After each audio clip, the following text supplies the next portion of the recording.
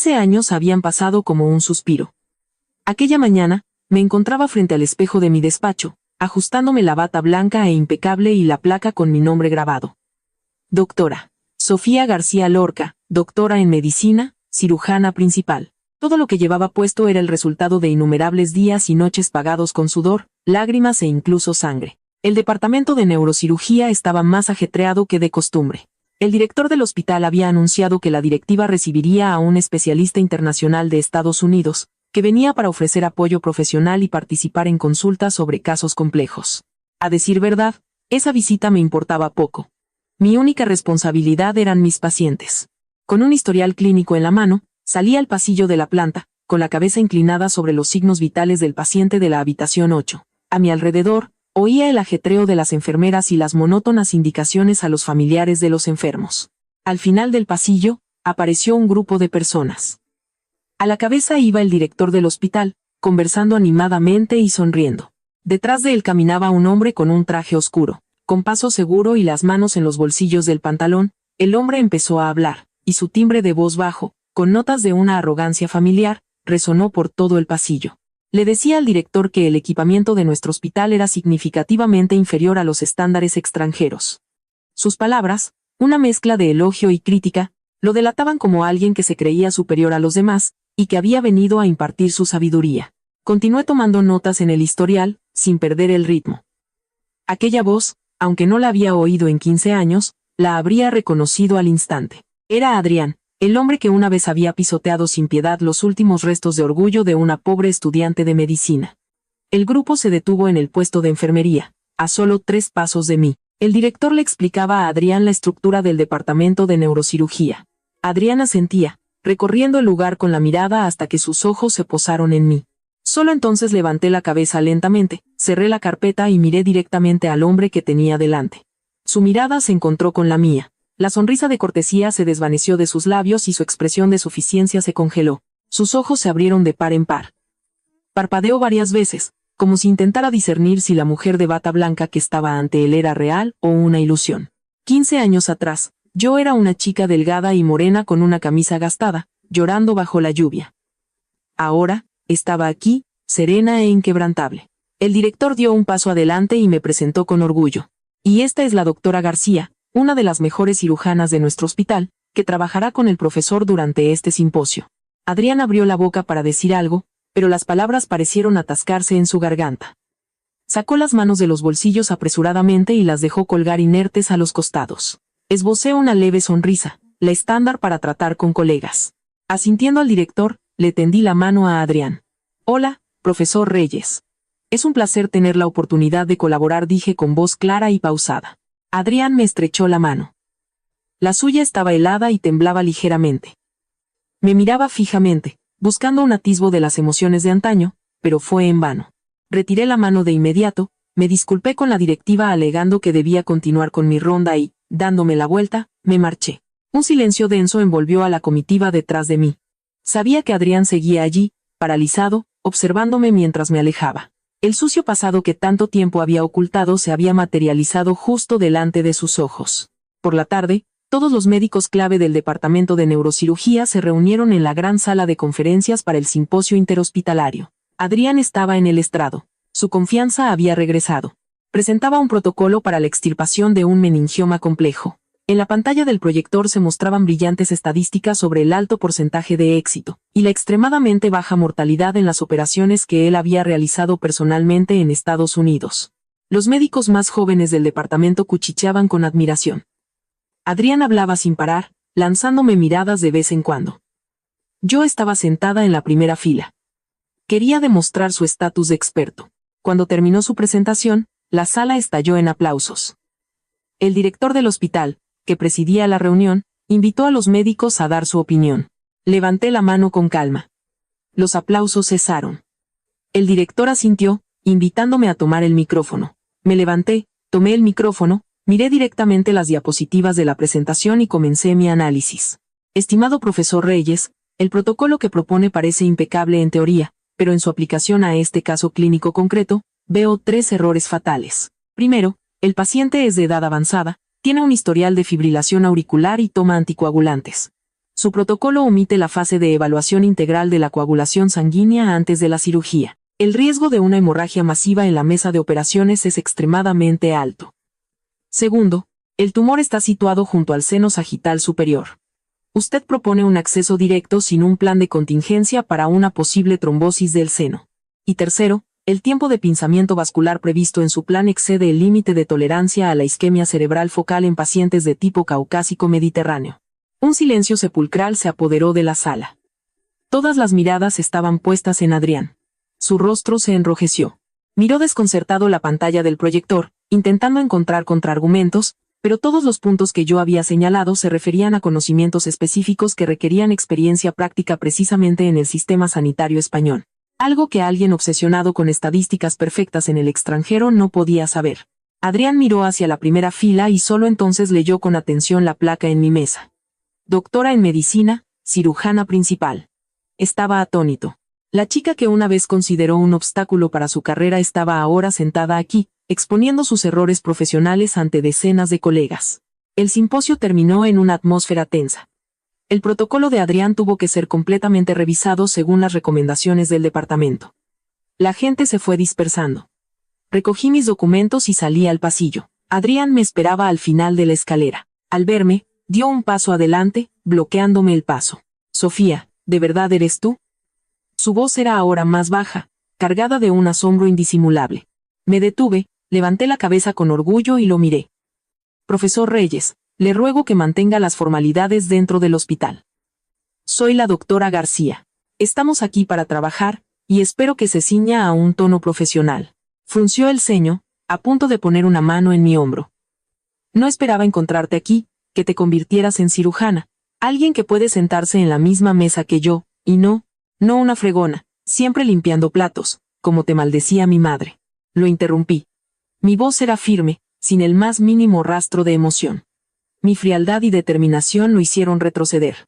Bajó la mano, su rostro palideció. Sin dedicarle una mirada más, apreté la carpeta contra mi pecho y me dirigí a mi despacho. Al regresar a mi despacho, cerré la puerta con llave y me senté en mi sillón.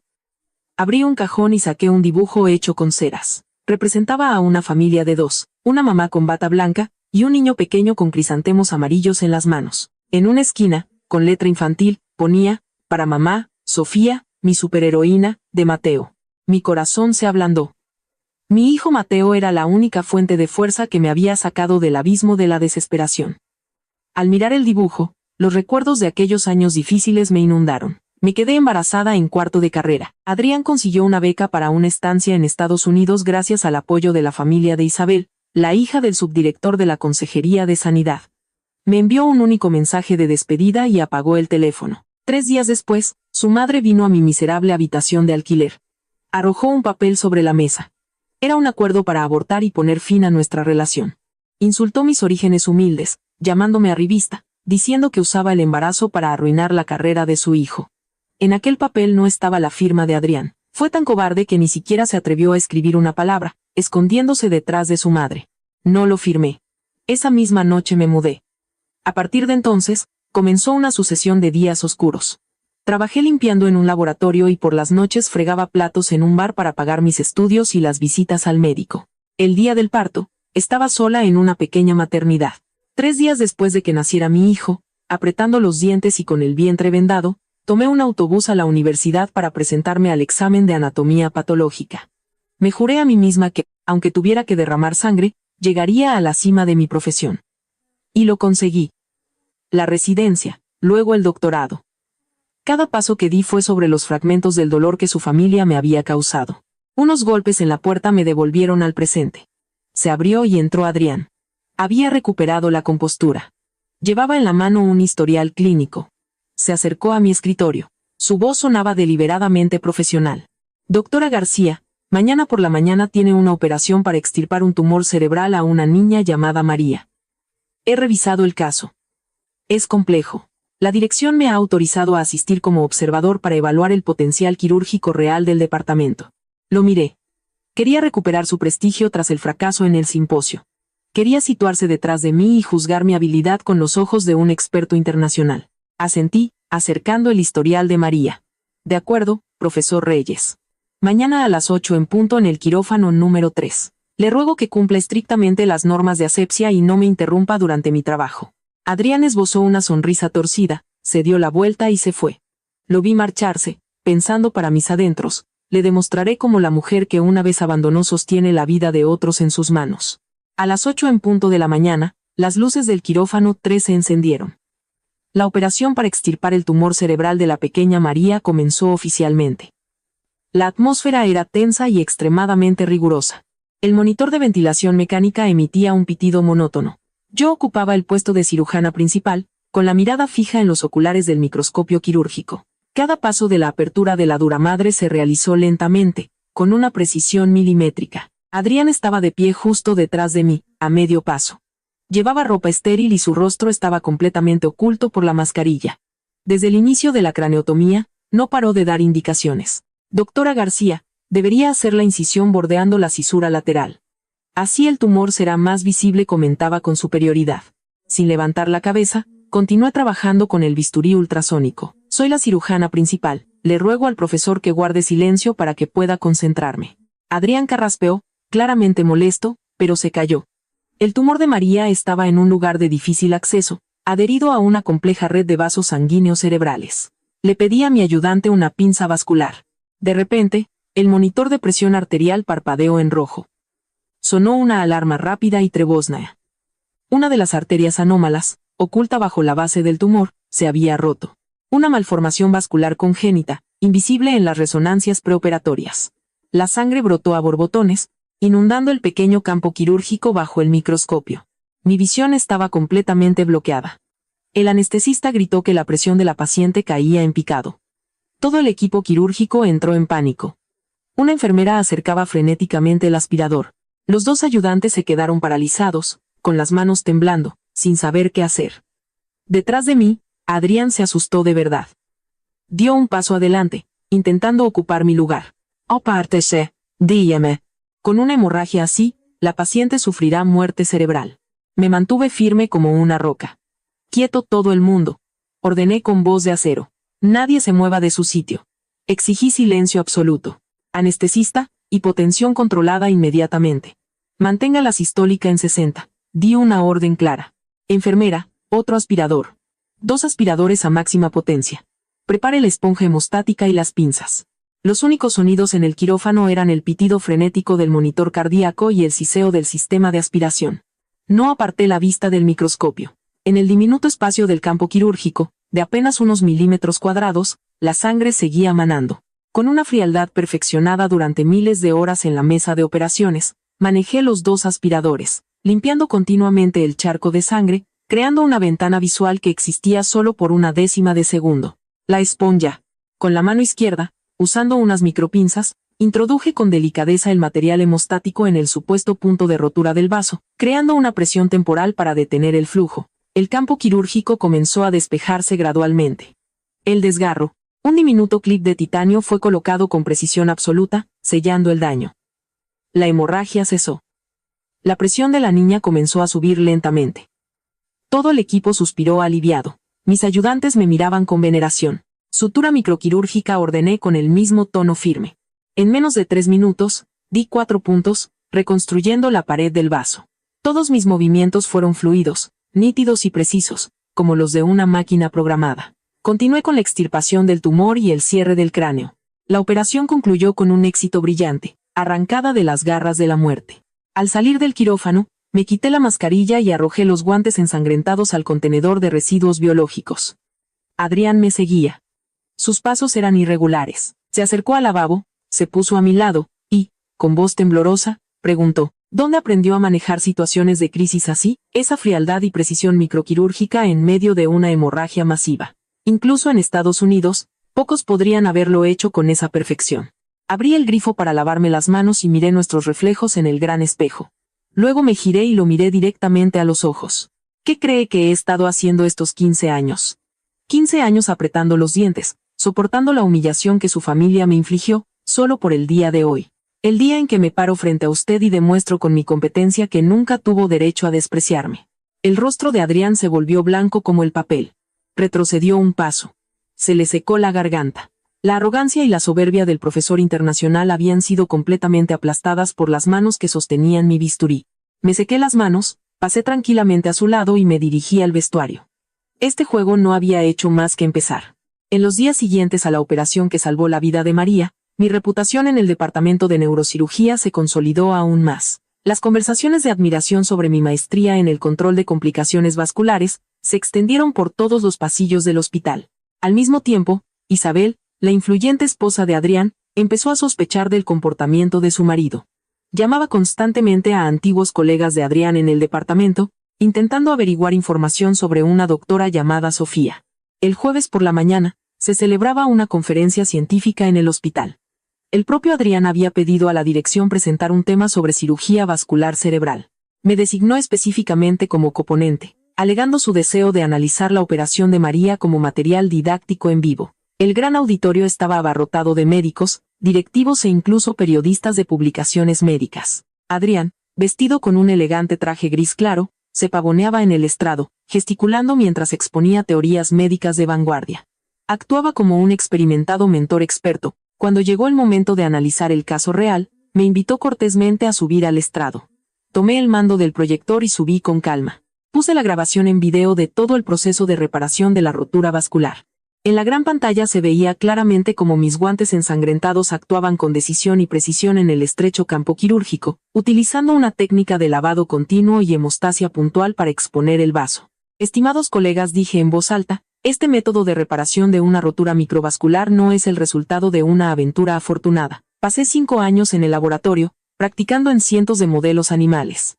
Para lograr una precisión absoluta, cada acción tiene una clara justificación científica, lo que permite reducir el tiempo de hemostasia a menos de 3 minutos, garantizando la máxima seguridad para las funciones cerebrales del paciente. Desde abajo se oyeron aplausos entusiastas. Las miradas de admiración de colegas experimentados se centraron en mí. Adrián, de pie a mi lado, sonreía de forma calculada. Cuando me disponía a terminar, se acercó y tomó el micrófono. Gracias. Doctora García, por una presentación brillante, dijo Adrián en voz alta. Estimada dirección, queridos colegas, al ver un talento como el de la doctora García, siento una sincera admiración. Nuestra medicina necesita desesperadamente personas con habilidades prácticas tan sobresalientes. Hoy, aprovechando la ocasión, quiero compartir una decisión trascendental. Planeo fundar un centro internacional de investigación neurológica aquí mismo, en España. Y quiero extender la más honorable de las invitaciones a la doctora García para que ocupe el cargo de subdirectora de investigación y construya este proyecto conmigo. Creo que la combinación de mis recursos y su talento nos llevará a grandes logros. La sala se llenó de murmullos. Todas las miradas se posaron en nosotros. Se volvió hacia mí. Su mirada expresaba respeto por mi talento, pero en el fondo se ocultaba un frío cálculo. Quería usar una gloria vacía para atarme, para convertirme en una herramienta que salvara su tambaleante carrera en Estados Unidos. No le permití disfrutar de su triunfo ni un segundo. Le arrebaté el micrófono al presentador. Mi mirada decidida se clavó en Adrián, y mi voz, de acero y resonante, se extendió por toda la sala. Profesor Reyes, tenga un poco de respeto por sí mismo. Esta es la conferencia científica anual del hospital, un lugar donde discutimos nuestra profesión y la vida de los pacientes. No es en absoluto el escenario para sus proyectos ficticios de autopromoción. Los recursos de los que habla son, en realidad, la malversación de fondos de su antiguo laboratorio de investigación, motivo por el cual se enfrenta a una investigación disciplinaria en Estados Unidos. ¿No es así? No necesita esconderse tras la máscara de un experto para manipular a los medios y aprovecharse del trabajo intelectual de sus colegas. Nuestro hospital necesita médicos que traten a sus pacientes con sinceridad, no aquellos que utilizan un estrado para encubrir sus propios fracasos.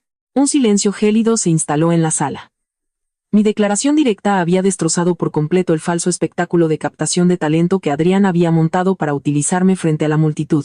Se quedó paralizado en el estrado, con el rostro pálido, sin una gota de sangre. Los médicos comenzaron a susurrar sobre los oscuros secretos de la carrera del especialista internacional. Me di la vuelta y bajé del estrado. Devolviendo el micrófono y dejando a Adrián solo, en medio de la humillación y las miradas burlonas de cientos de personas. La tormenta de opinión pública barrió el hospital ese mismo día. Alguien grabó en secreto el video en el que interrumpía a Adrián y lo subió a la intranet. El titular del artículo era sensacionalista. Una doctora destapa las manipulaciones de un experto médico internacional. Ignoré los chismes, continuando con mi ronda de pacientes, hasta que el sonido de unos tacones altos resonó en el pasillo. La puerta de mi despacho se abrió de golpe. Apareció Isabel. Llevaba un caro vestido de marca y un bolso de piel de cocodrilo. Su rostro, meticulosamente maquillado, no podía ocultar la furia y la indignación. Varias enfermeras intentaron detenerla, pero ella las apartó. Con calma, les indiqué a las enfermeras que salieran y cerré la puerta. Isabel arrojó el bolso con fuerza sobre mi escritorio. Con las manos en las caderas, empezó a gritar sin reparos. Sofía García, eres una auténtica víbora. Primero te arrastrabas detrás de mi marido, y ahora que ha triunfado, le tiendes una trampa para humillarlo delante de todo el hospital. Te has inventado unos estúpidos rumores de América para hundirlo. ¿Crees que soy ciega? Rechazaste su oferta de colaboración y filtraste la noticia para hacértela digna. Pero tu verdadero objetivo es llamar su atención para que vuelva contigo. ¿A que sí? Me quedé sentada tranquilamente en mi sillón, con las manos cruzadas sobre la mesa. Miré a Isabel con la expresión más impasible. El recuerdo de 15 años atrás emergió con claridad.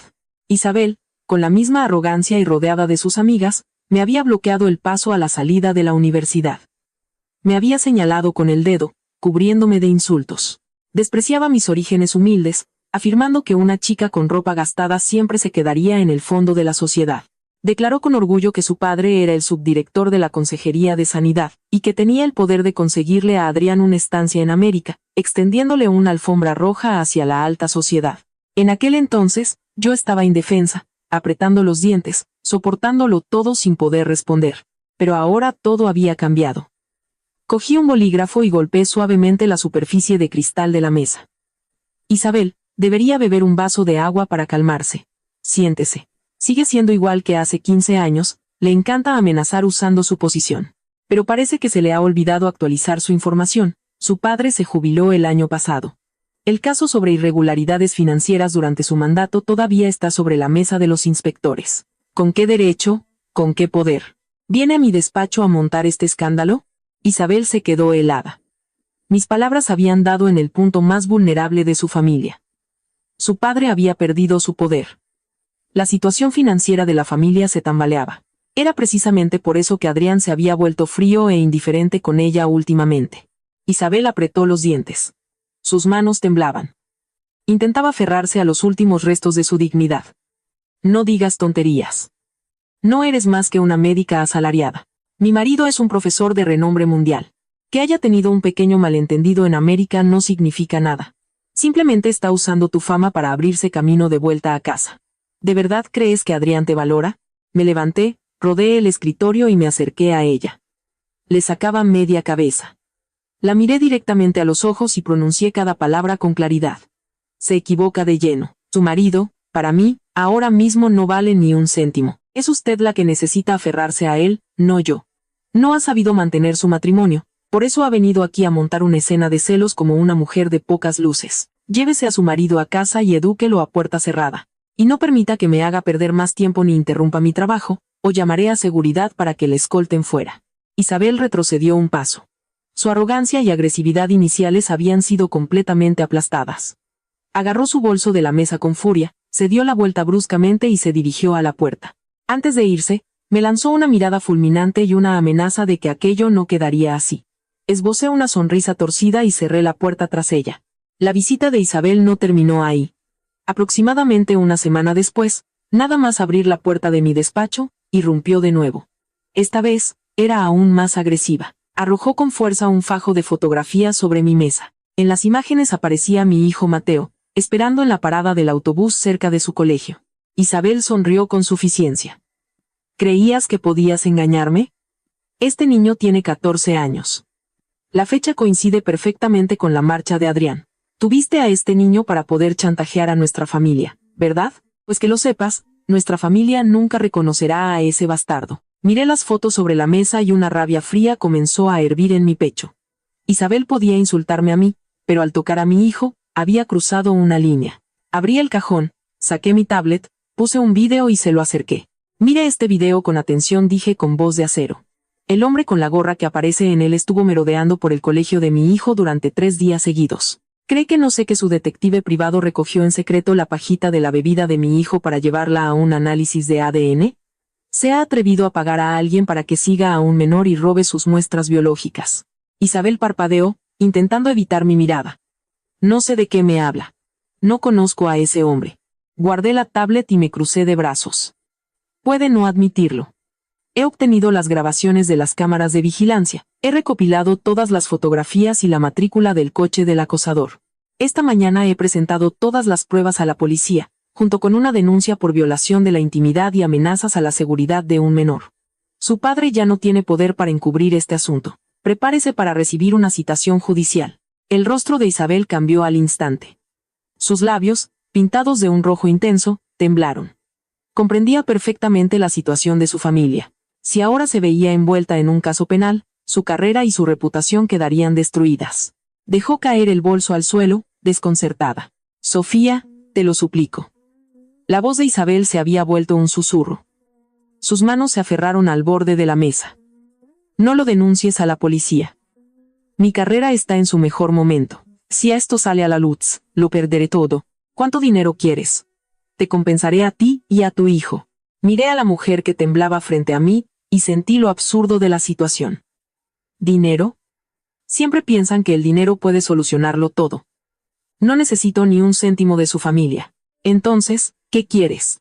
Preguntó Isabel apresuradamente. Señalé un fajo de folios en blanco y un bolígrafo sobre la mesa. Quiero que se siente y escriba de su puño y letra una declaración en la que detalle cómo su marido se arrastró ante su familia, suplicando por la beca para irse a América hace 15 años. Cuando la haya escrito, firmado y puesto su huella dactilar, me pensaré si retiro la denuncia. Isabel apretó los dientes, con los ojos llenos de resentimiento, pero no tenía otra opción. Se vio obligada a sentarse, tomar el bolígrafo y empezar a escribir. Cada línea que escribía era un insulto al orgullo del marido del que siempre había presumido. La observé terminar la declaración, guardé el papel en un cajón con llave y le ordené fríamente que desapareciera de mi vista. Cuando la puerta del despacho se cerró, me quedé sola. Toda la fuerza y la firmeza que había mostrado se desvanecieron de repente. Me dejé caer en el sillón, apoyando la cabeza sobre la superficie lisa de la mesa. Las lágrimas que tanto tiempo había contenido comenzaron a brotar en silencio, mojando el cuello de mi bata. El recuerdo de aquella noche lluviosa de hace 15 años volvió a atormentarme. Aquella noche, bajo el techo con goteras de la residencia de estudiantes, sostuve el resultado de la ecografía partido por la mitad. Pensé en tomar unas pastillas para deshacerme de esa pequeña criatura, para borrar el pasado y seguir con mis estudios. Pero cuando puse la mano sobre mi vientre y sentí el débil latido del corazón de mi hijo, el instinto maternal venció. Decidí seguir adelante con el embarazo, aceptando que me convertiría en madre soltera, cargando con el desprecio de la sociedad. El sonido del teléfono interrumpió mis pensamientos. En la pantalla apareció el nombre de mi querido hijo. Me sequé rápidamente las lágrimas, carraspeé para que mi voz sonara tranquila y contesté. Mamá, he preparado la cena, se oyó la voz alegre de Mateo al otro lado. Hoy he hecho tus croquetas favoritas. ¿Terminas pronto? Mi corazón se llenó de calidez. Ya voy, cariño. Me cambio y salgo para allá. ¿Qué tal el cole? ¿Algo interesante? No, todo como siempre, mamá. Mateo hizo una pequeña pausa y añadió, he leído noticias en internet sobre tu hospital. Mamá, no hagas caso de lo que dice la gente. Sé lo duro que trabajas. Lo importante es que yo te tengo a ti, y tú me tienes a mí. Con eso es suficiente para que nuestra familia sea feliz. No me importa lo que digan los demás. Se me hizo un nudo en la garganta.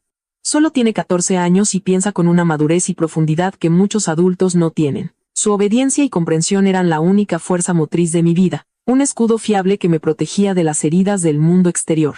Gracias, mi niño, sonreí, y en mi voz ya se oía una alegría sincera.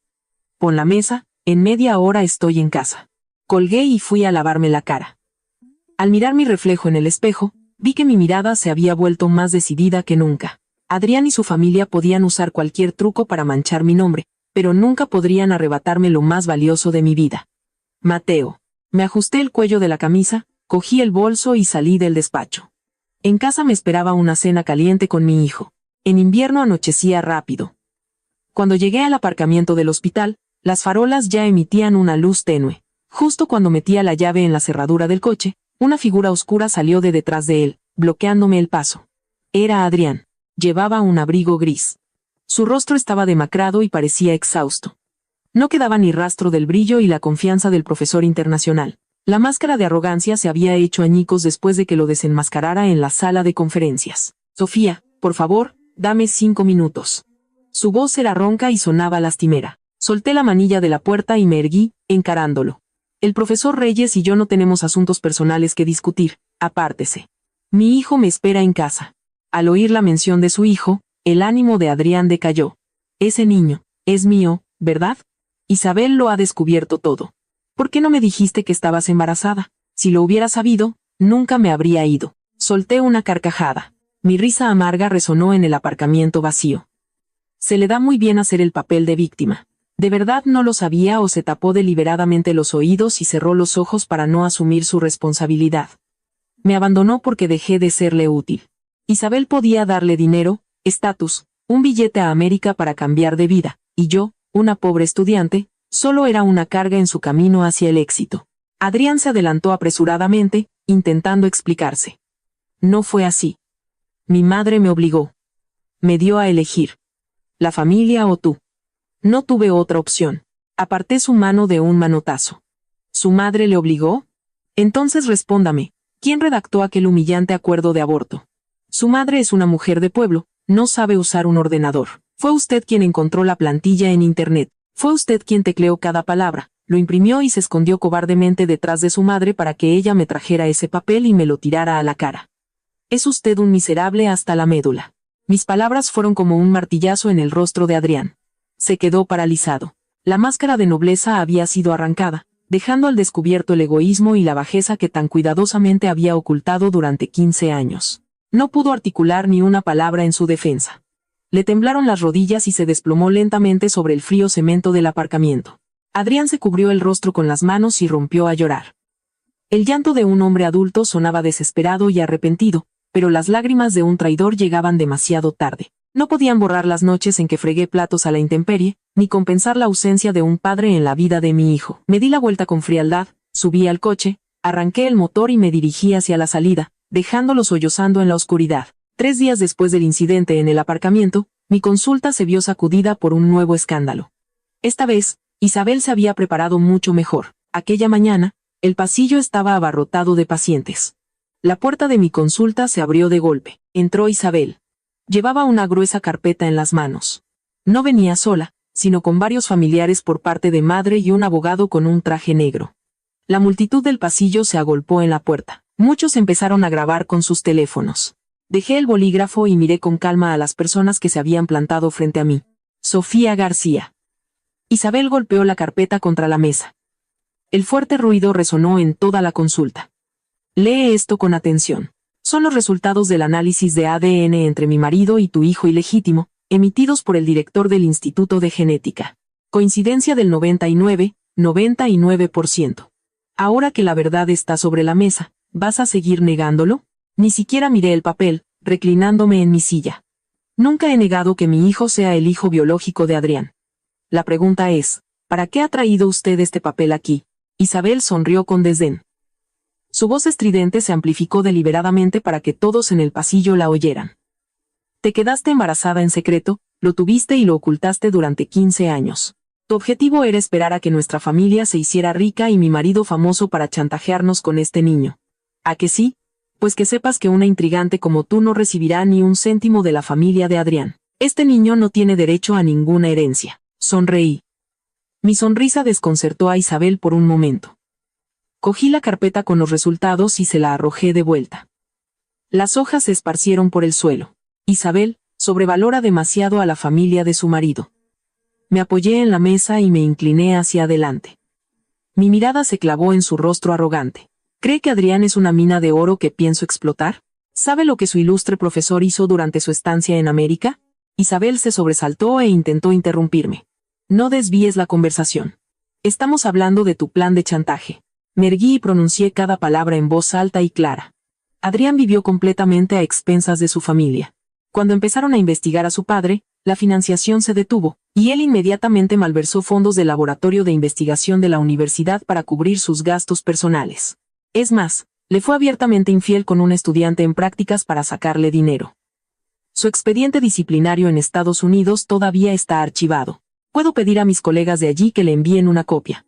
Usted trata a ese gigoló de alma podrida como si fuera un tesoro. ¿Con qué derecho cree que necesito el dinero de un hombre arruinado y sinvergüenza como él? Mis palabras fueron como un jarro de agua fría para Isabel. La multitud tras la puerta ahogó un grito. Empezaron los murmullos sobre la catadura moral del especialista internacional. El abogado que había venido con Isabel también retrocedió desconcertado, sin esperar que su clienta tuviera un historial tan nefasto. Isabel abrió la boca, su rostro se puso rojo y luego pálido. Me señaló con el dedo, con la voz temblorosa. Mientes. Mi marido es un hombre decente. Si miento o no, pregúnteselo a su marido, él se lo contará todo, respondí con frialdad. Y escuche con atención. Hace 15 años, di a luz a mi hijo sola y lo crié con estas manos. Mi hijo lleva mi apellido. No tiene ninguna relación con la familia de su padre, y mucho menos con sus sucias propiedades. Nunca he pedido ni pediré un céntimo de pensión alimenticia. Ahora, por favor, usted y su séquito abandonen mi consulta de inmediato. No me obliguen a llamar a seguridad para levantar un acta por alteración del orden público. Isabel se quedó paralizada, habiendo perdido por completo su agresividad inicial. La amarga verdad, revelada ante tanta gente, no le dejó ninguna oportunidad de ocultar el fracaso de su matrimonio. Se cubrió el rostro con las manos, se dio la vuelta y salió corriendo entre la multitud. Los que la acompañaban también se marcharon apresuradamente, humillados. Me senté en mi sillón, me serví un vaso de agua, bebí, y llamé al siguiente paciente. El escándalo en mi consulta fue grabado en video y se difundió con la velocidad del rayo por las redes sociales. Por la tarde, el director del hospital me llamó a su despacho. Me sirvió una taza de té y, con un tono suave pero admonitorio, me aconsejó que fuera más comedida en mis declaraciones y que resolviera mis problemas personales lo antes posible para no dañar la reputación del hospital. Asentí, asegurándole que solo me había defendido de los ataques, y que no permitiría que la situación se prolongara.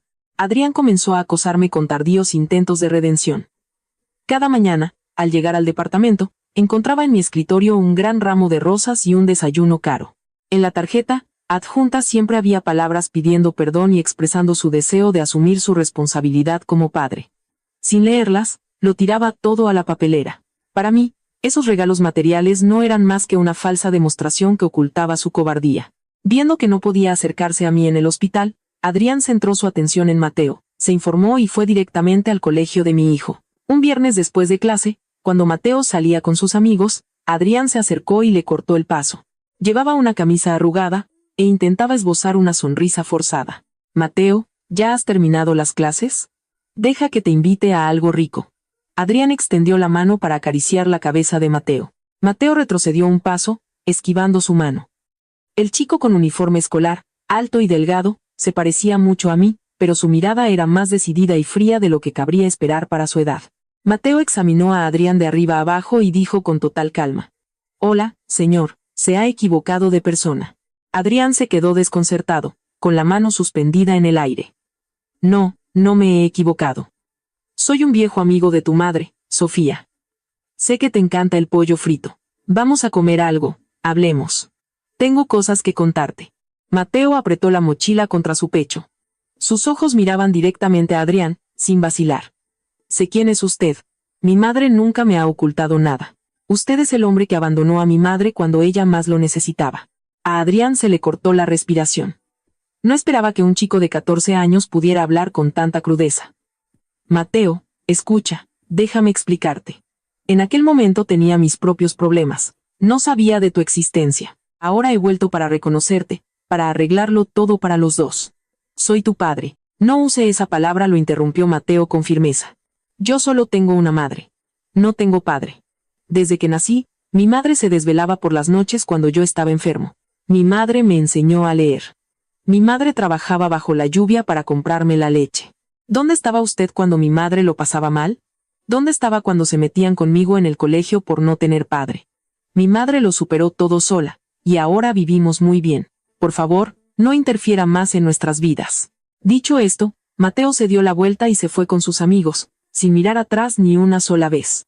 Adrián se quedó paralizado en medio de la multitud de estudiantes que salían por la puerta. Las palabras de Mateo fueron como miles de agujas clavándose en su corazón. El hijo que llevaba su sangre lo había rechazado de la manera más cruel y decidida. Adrián comprendió que algunos errores no se pueden reparar con unas cuantas disculpas o regalos caros. Aquella noche, mientras ayudaba a Mateo con las matemáticas, sonó mi teléfono. Un número desconocido de otra provincia. Contesté y al instante oí un grito agudo y familiar. Era la voz de la madre de Adrián. Conservaba la misma actitud arrogante y mordaz de hace 15 años. ¿Eres tú, Sofía?, espetó.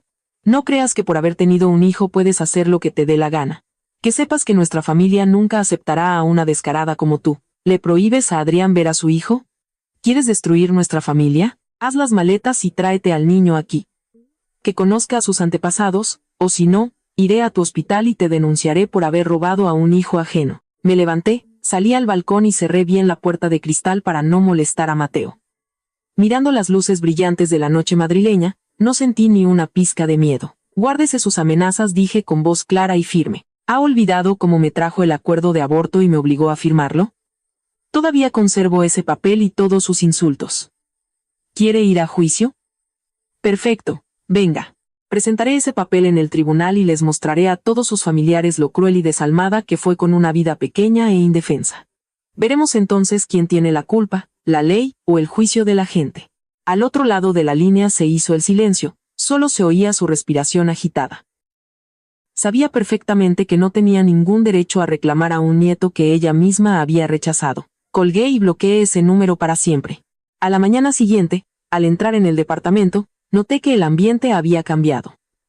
Los médicos y las enfermeras cuchicheaban, mirando constantemente sus teléfonos. La supervisora de enfermería se acercó con cara de preocupación y me mostró la pantalla de su teléfono, donde estaba abierto el chat general del hospital. Doctora García, ¿ha visto el mensaje que acaba de enviar el profesor Reyes? Saqué mi teléfono y abrí el chat. Adrián había publicado una larga carta de más de 1000 palabras. En ella, admitía públicamente todos sus errores cometidos 15 años atrás. Describía detalladamente cómo abandonó cobardemente a su novia embarazada por su carrera. Reconocía haberse aprovechado de la familia de su esposa para obtener la beca en Estados Unidos, y también hablaba de sus faltas éticas y profesionales que le costaron su posición en el extranjero. Al final de la carta, Adrián anunciaba su dimisión oficial como profesor invitado, su salida de la asociación médica y la rescisión voluntaria de su contrato con nuestro hospital.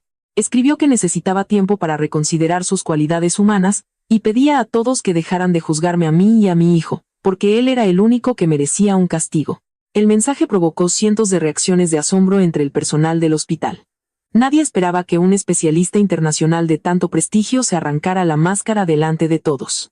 Leí la carta de principio a fin. Mi expresión no cambió. Apagué la pantalla y guardé el teléfono en el bolsillo. Para mí, sus disculpas eran asunto suyo.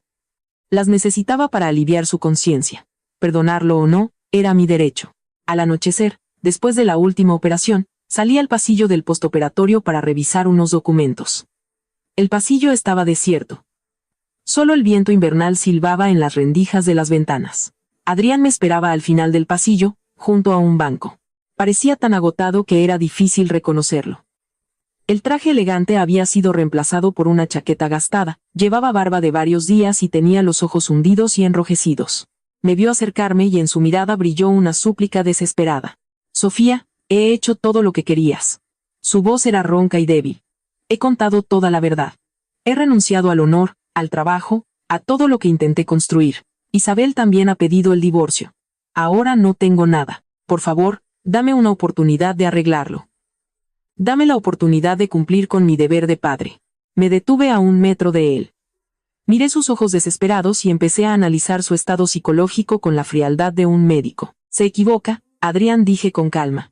Ha publicado una disculpa pública y ha renunciado a todo, no porque haya reconocido su culpa o quisiera redimirse ante mí y mi hijo. Lo ha hecho porque ha perdido el control de su propia vida. Adrián frunció el ceño, perplejo. ¿De qué hablas? Me arrepiento sinceramente. No se arrepiente, expuse sus pensamientos. Su matrimonio se desmoronó incluso antes de que viniera a España.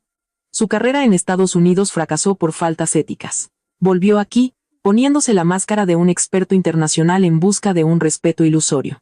Pero cuando yo le arranqué esa máscara, cuando su esposa reveló su verdadera naturaleza, se dio cuenta de que ya no tenía nada a lo que aferrarse. Se ha venido abajo. Se disculpa ante mí, se humilla ante mí, solo porque quiere usar mi generosidad para salvar los restos del sentido de su existencia. Quiere encontrar la paz, demostrar que todavía vale algo para ser perdonado, ¿no es así? Adrián se quedó helado. Cada una de mis palabras era como un bisturí, penetrando en los rincones más oscuros de su conciencia, sacando a la luz su naturaleza cobarde. Abrió la boca, pero no pudo pronunciar ni una palabra. No tengo ninguna obligación de concederle esa paz, continué con frialdad. Si de verdad quiere redimir su culpa, no me busque a mí. A quien más le debe no es a mí, sino a Mateo. Vaya y pídale perdón a su hijo, a quien sufrió por su cobardía. Incluso si lo rechaza, tendrá que apretar los dientes y soportarlo. Ese es el verdadero precio de la redención. Me di la vuelta y me marché. El eco de mis tacones resonaba rítmicamente sobre el frío suelo de baldosas. Dejé a Adrián de pie en medio del pasillo vacío. Su sombra se alargaba, solitaria, bajo la tenue luz de las lámparas. Sabía que, a partir de ese momento, tendría que enfrentarse solo a la sentencia más larga de su vida, la de su propia conciencia. Una semana después de nuestro encuentro en el pasillo, mi vida laboral volvió a la normalidad. La ruidosa historia fue reemplazada por el ajetreo de las operaciones de neurocirugía de urgencia. Un martes por la mañana, tras terminar de examinar a un paciente en urgencias, recibí una llamada de un número desconocido. Esta vez no era el grito de la madre de Adrián, sino su voz baja y entrecortada. Sofía, perdona que te moleste de nuevo. De fondo se oía el ruido de los respiradores y los monitores cardíacos. Mi madre se ha puesto enferma por todo este escándalo. Se sentía avergonzada ante los parientes y se fue a Málaga con unos conocidos para pasar el mal trago. Pero allí ha sufrido un ictus hemorrágico masivo. Ahora está en la UCI del hospital de allí. Los médicos dicen que el pronóstico es muy malo, puede que no pase de esta noche. Entra y sale de la conciencia y no para de llamarte a ti y a Mateo. Te lo ruego, ¿podrías venir? Te lo pido por última vez. Sostuve el teléfono en silencio. La imagen de la mujer mordaz que me había arrojado el acuerdo de aborto a la cara 15 años atrás apareció vívidamente en mi memoria. El odio hacia ella había alimentado mi fuerza en los años más oscuros. Pero ahora, al oír que estaba al borde de la muerte, no sentí ni regocijo ni alegría, solo vacío y calma. Como médico, había visto demasiadas muertes para entender que la muerte se lleva consigo todo el odio. Decidí ir, no por Adrián, sino para poner el punto final a mi pasado.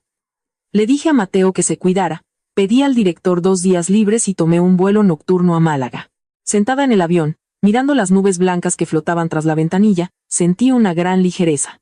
Durante 15 años, había llevado dentro ese tumor de rencor. Por fin, había llegado el momento de extirparlo yo misma. El avión aterrizó a las 8 de la tarde. Tomé un taxi y fui directamente al hospital en el centro de la ciudad. El pasillo junto a la unidad de cuidados intensivos era frío y silencioso. Adrián estaba sentado en un banco, con la cabeza gacha, cubriéndose el rostro exhausto con las manos. Al oír mis pasos, levantó la cabeza. Tenía los ojos rojos e hinchados de llorar. Al verme, se levantó de un salto y se acercó tambaleándose. Gracias, Sofía.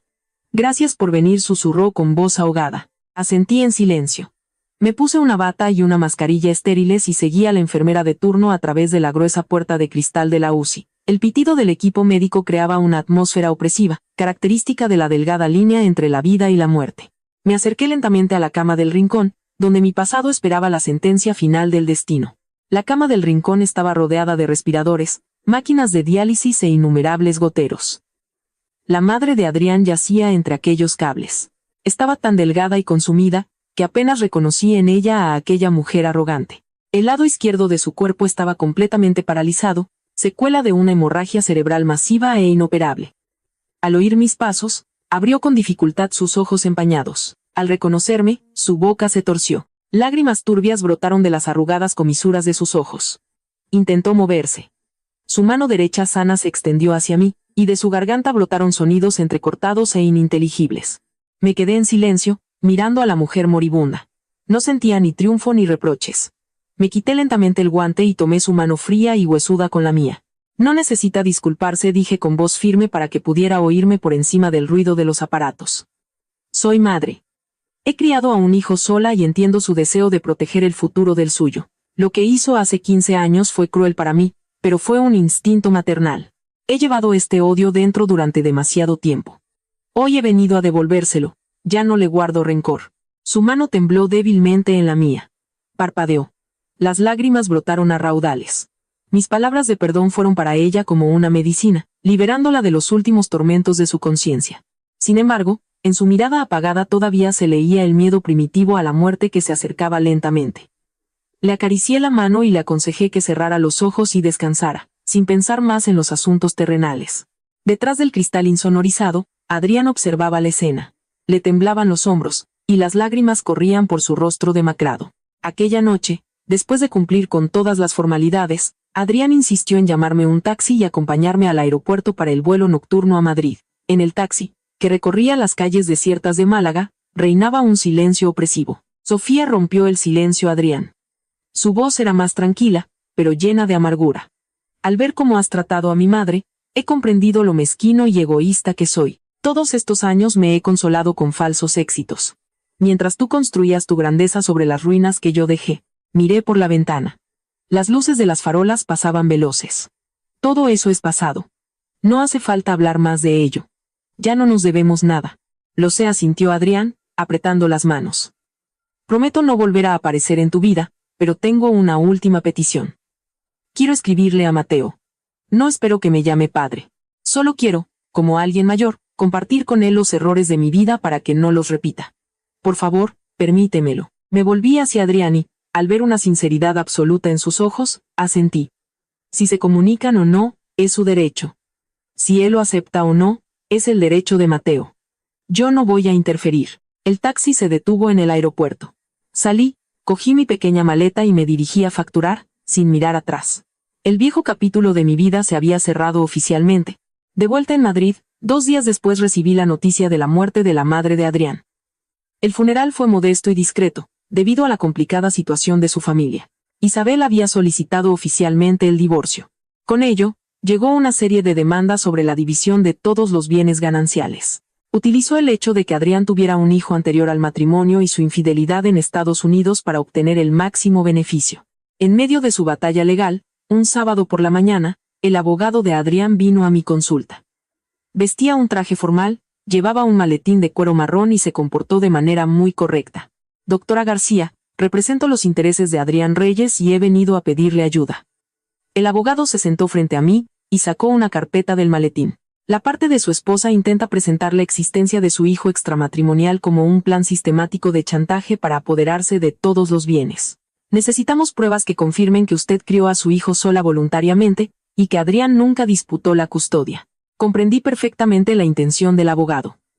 Isabel estaba usando los métodos más sucios para acorralar a Adrián. A pesar de no sentir nada por él, no quería que la integridad de mi reputación y la de mi hijo se utilizara en su lucha por el patrimonio. Abrí un armario, saqué una copia del certificado de nacimiento de Mateo, donde en la casilla de padre había una raya, así como las actas de los escándalos que Isabel había montado en el hospital, y se lo entregué al abogado.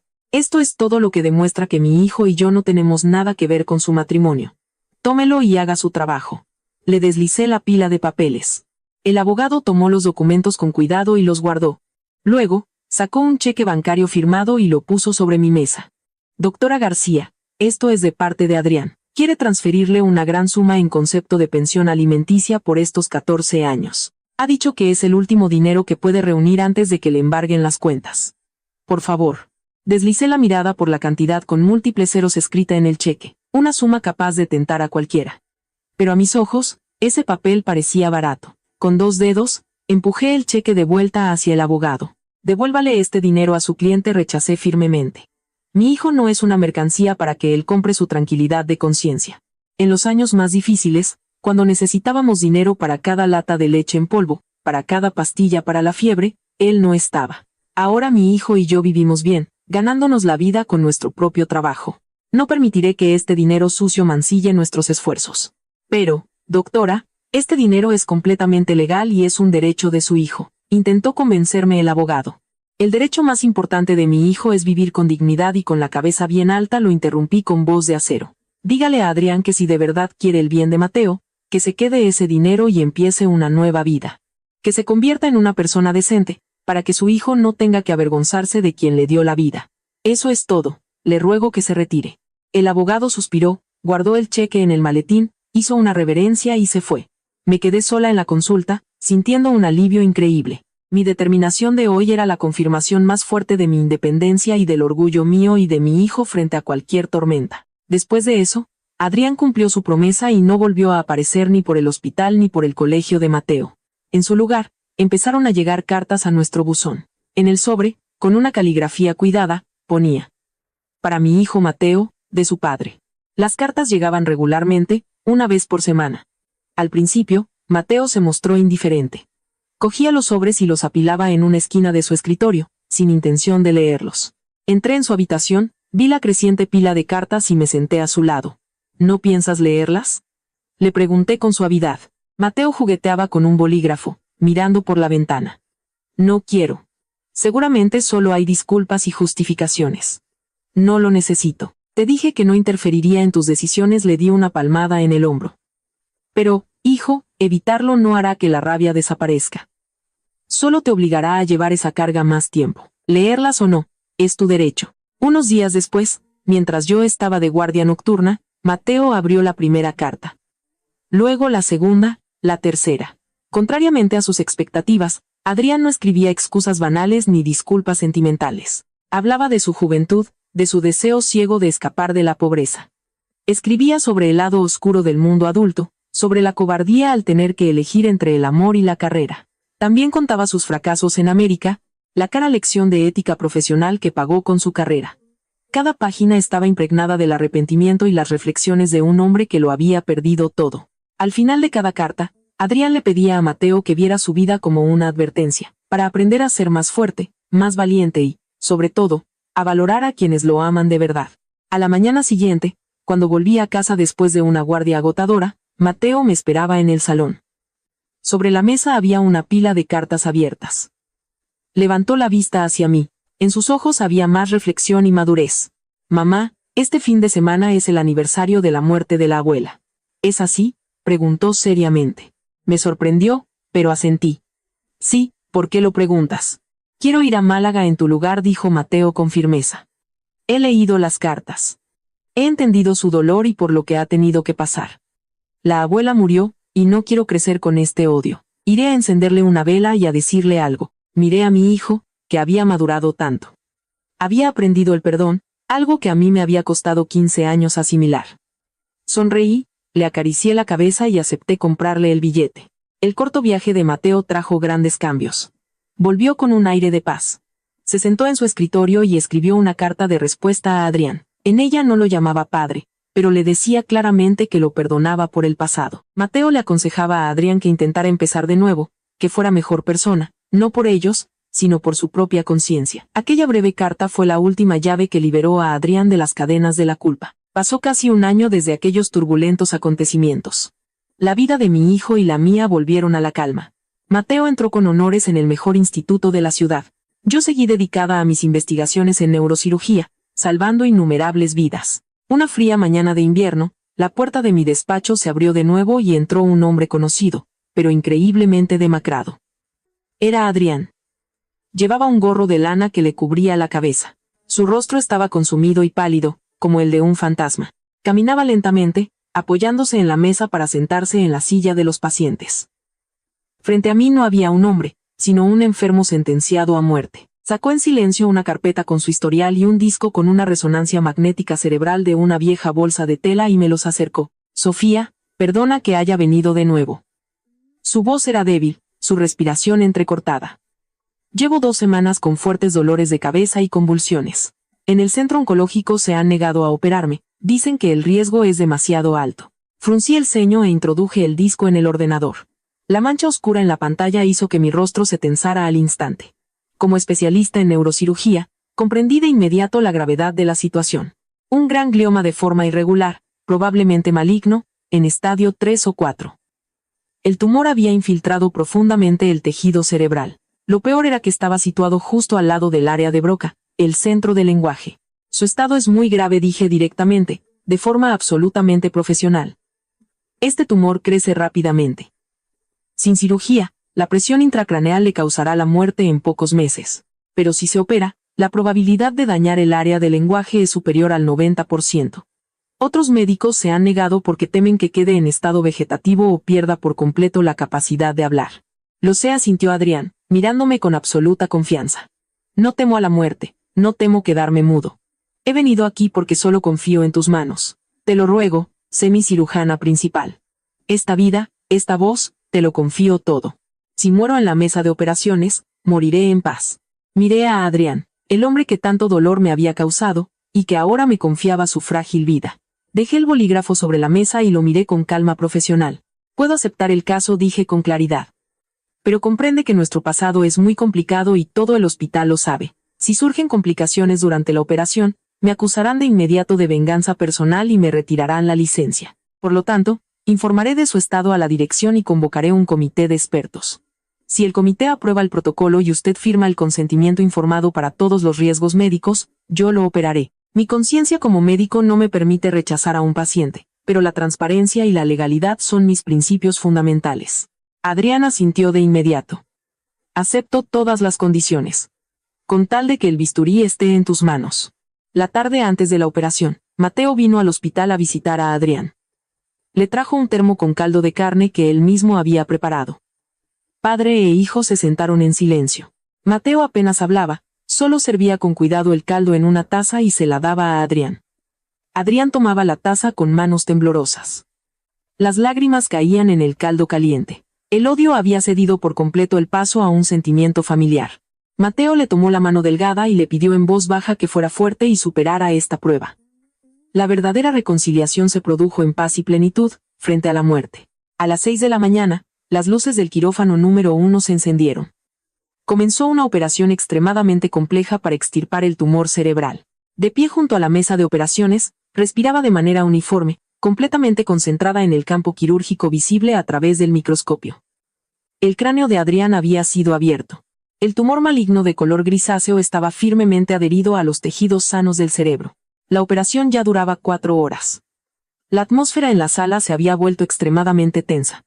Llegué al núcleo del tumor, donde contactaba directamente con las finísimas fibras nerviosas del lenguaje. El anestesista informaba constantemente de fluctuaciones bruscas en los signos vitales. Bisturí ultrasónico, ordené. En el momento en que la cuchilla tocó el último borde del tumor, un pensamiento cruzó mi mente.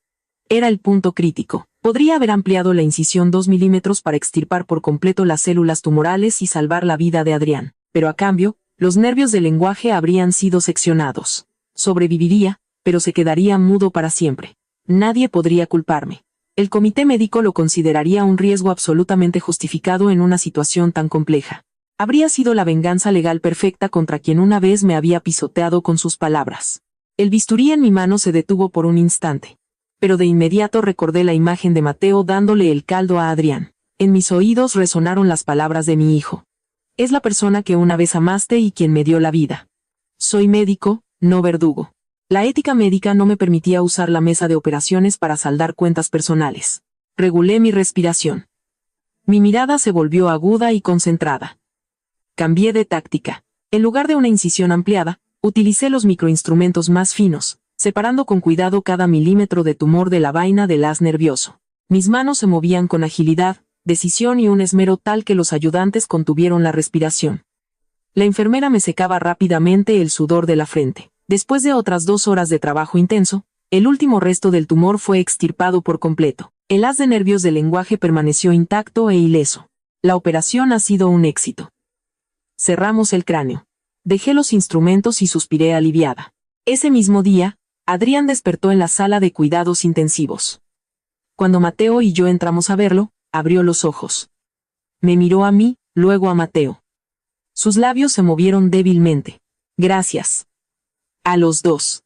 La voz de Adrián era muy débil, lenta, pero inteligible. No había perdido la capacidad de hablar. De sus ojos brotaron lágrimas de infinita gratitud. Comprobé los monitores, tomé notas en su historial y asentí. La operación ha sido un éxito.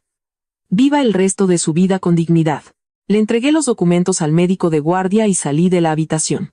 A través del cristal, vi a Mateo sosteniendo la mano de Adrián, hablando con él. Una imagen de un reencuentro tardío pero cálido. Sonreí, me quité la bata blanca, la colgué, me puse mi ropa de calle y salí del hospital. El brillante sol de invierno iluminaba los árboles desnudos. Su calor disipaba el frío. Al dejar el bisturí en la bandeja estéril, supe que había extirpado por completo el tumor de odio que me había perseguido durante 15 años. A partir de ese día, ante mí solo había un cielo libre, orgulloso e infinito.